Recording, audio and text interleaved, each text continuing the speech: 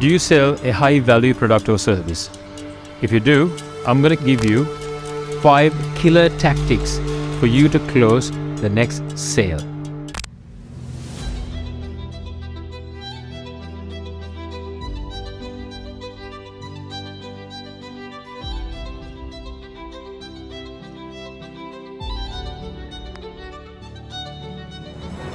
Now I'm excited to source the royal blue sapphire from Sri Lanka.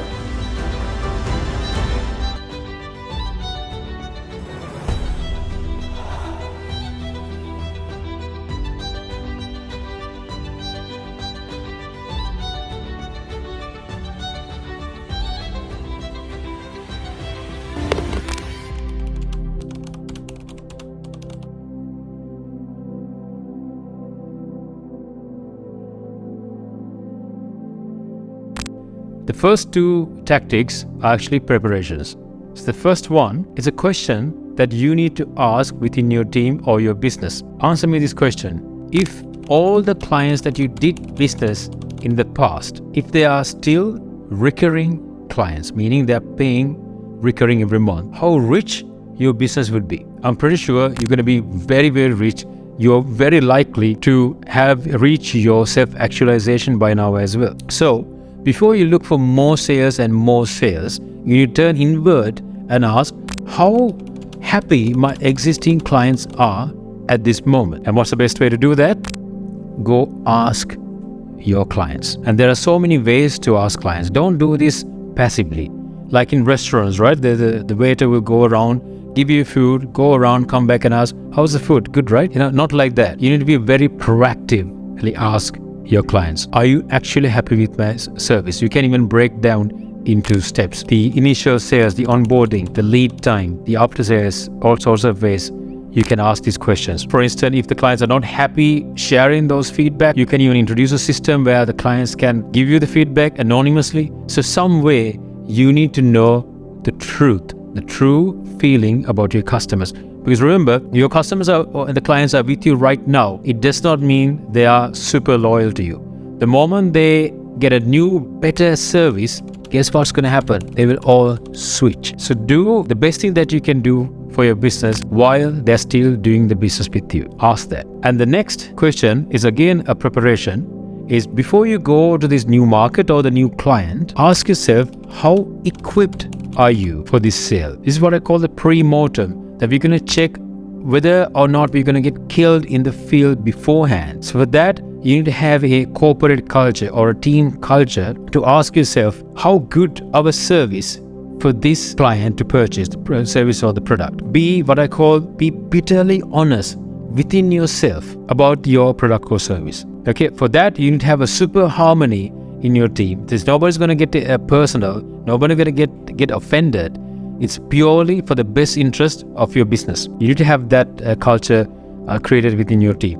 And then you ask, okay, this particular service, how we approach, how we pitch, how we close, is this the best way to do that? If not, what do we actually need to do? And work at it diligently, and then go and pitch your product. A lot of the time, common mistake is that people pitch the product exactly the same way for all the clients. As one of the way that you can actually fail. Think about it for a second. When you go to a restaurant with a bunch of friends, do all the guys ask for the same starter? It's a different starter, isn't it? Vast majority of the time. So similarly, your pitch has to be customized for that customer, for the client. Especially at the intro. Even the intro has to actually have a different twist. Tweak it depending on who you're meeting. Saving that person's time and also retaining that person's attention and interest. So those are the 2 preparations that I give. And then come to the third tactic is one of the biggest problems when I coach sales forces. A common question that come again and again from various industries is that we don't have a problem of getting a meeting most of the time, because there are so many ways to get meetings. You can get meetings through a friend, through another client, and through your boss, through another colleague, and so many different ways. Okay, so just because you get the meeting, it doesn't mean that you are successful as a salesperson. It's only halfway done. They're probably giving the meeting just because they actually didn't want to say no to the other person. So you need to bear that in mind. The moment you sat before that client, that leverage is over. What at play is the conversation, the relationship that you're building between you and him for the next hour or so. So the problem is that you get the meeting, you pitch the product, and you have a problem of closing the sale. This is one of the biggest problems that many have. So that actually has a huge, in fact, more than 90% of that problem is connected to your mindset. Who do you believe you are before that customer? What do you believe about your own product or services are actually playing a major part when it comes to closing the sale. Attach that with cultural conditioning as well, earning money, charging a premium. Do you think it's a good thing or a bad thing? All those things are wrapped around yourself as well. So that's why we actually produced a sales mindset video. I'll put the link below. You can click that. End of the video. I want you to, it's up there somewhere. Watch the video, and after this video, watch it, and it will put you in the right position. Closing the sale is actually the most important thing that you do as a salesman. Most of the time, they trigger the sale and then send details to the finance department or the accountant. Here is the accountant sending invoices and reminders and follow-up calls back and forth trying to close the sale. So it's not their job. If you haven't closed the sale at that meeting, which means you've done a lot of things wrong, namely one of the things called qualifying the customer, which I will explain later. You need to qualify the client customer. You need to set the right zone. You need to show how important your product, yourself, and him as a client is in this business. If you've done all these things incorrectly, it comes to the point that at the closing, the client will back off. One of the usual resistance is they don't want to say no. They would say, I need to speak to my partner. I need to speak to my husband or wife. I need to speak to my best friend, or I don't know, whoever, tooth fairy or whatever, right? I want to speak to someone that special or has a part in my business. A lot of salespeople, they backed off at that point because they think that makes sense. I should not be interrupting that. That's actually a wrong move. You have to confront that and ask a question like, look, if you need to speak to your partner, I understand that. But what do you think your partner or wife or husband or your best friend or whoever will say once you heard about the benefits of this product or the service? What do you think he will say? You get the answer. And if you have done the pitch right, and if the customer or the client is saying, I like this product, I love it, and they're very likely to say, well, my partner is also going to like this. So if you already know the answer, why can't we close the sale right now? Let's close it right now. See, the thing is, a lot of the people are not leaders, meaning they're not decision makers. They don't know how to make a decision. That's why sometimes, at least most of the time, as a salesperson, you need to make the decision for the client as well. Make the decision for that person. Let's close it. Let's do it right here, right. Remember this, like I said, in the mindset video, I mentioned that you're not inferior to anybody.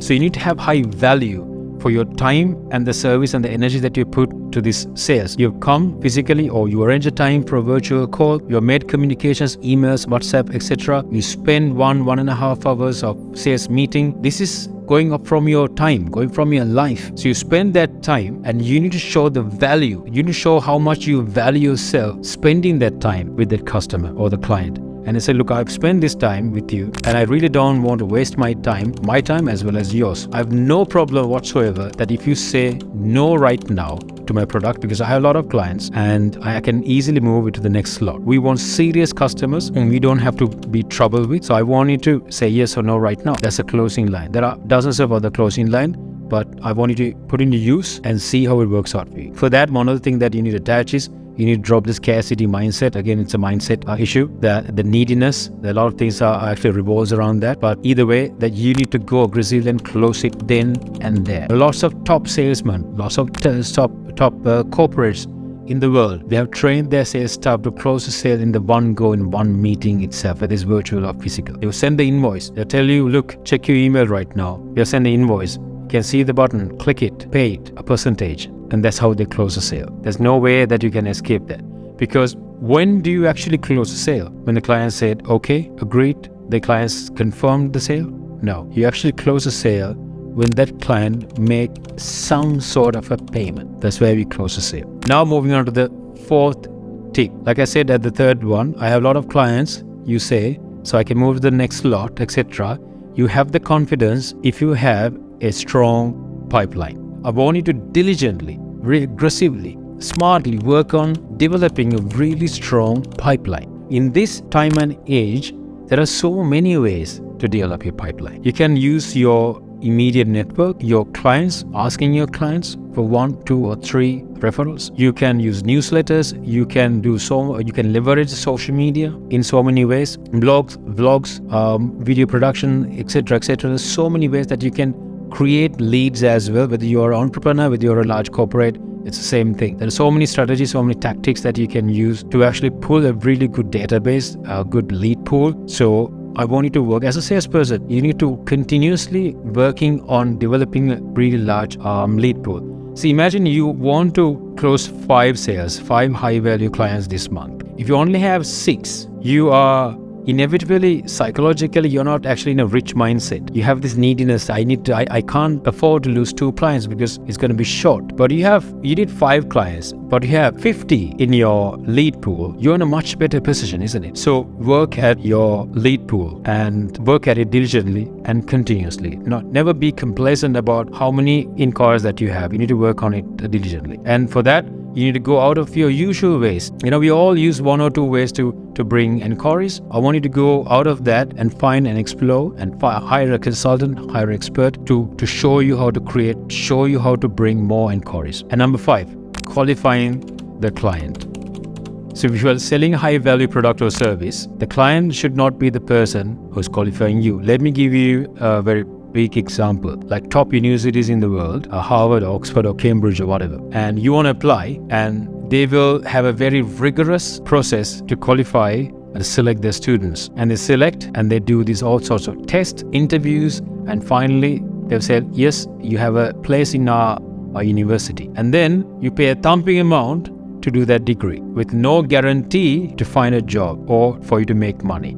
Okay, there's no guarantee whatsoever. There are hundreds of people are lining up in the waiting list to get into these universities. That's one of the top qualifying strategies that I can present. Can you use it? Of course you can, if you believe your product and service is actually absolutely the best. You're in a position to actually qualify, meaning you should be saying no to most of the clients. You might wonder, we can't afford to do that. We don't have a big market. Actually, I want to do the math properly. There's something called serviceable attainable market, SAM, and there's something called serviceable obtainable market, SOM. Serviceable attainable market is, let's say, for example, you have this particular product and there are 100,000 people who can actually buy the product. And then serviceable obtainable market is with our resources that we have, and you figure out, well, we can only provide maximum up to 5,000 clients. Now, if you divide 5,000 by 100,000, you get 5%. So you are in a position to refuse 95% of the customers.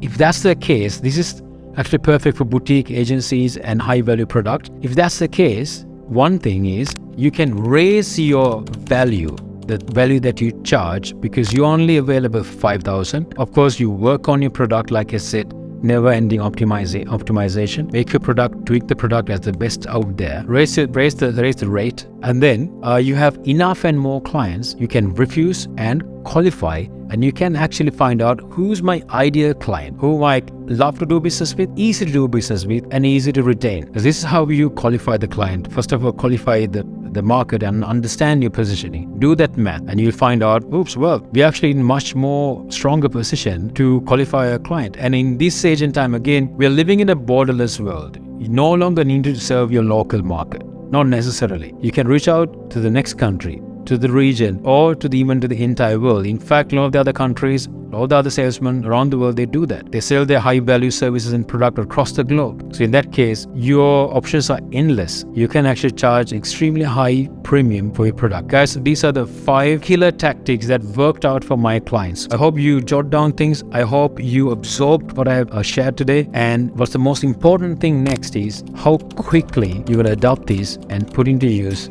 for the next immediate meeting. I want you to make a decision. I watched this for a reason and I got these tactics for some reason. So thank God, let me just put these aggressively and create results. Do that and let me know. I'll be the happiest to hear that we actually close some sales better than you ever had. So I'll speak to you again in the next video. Live with spirit.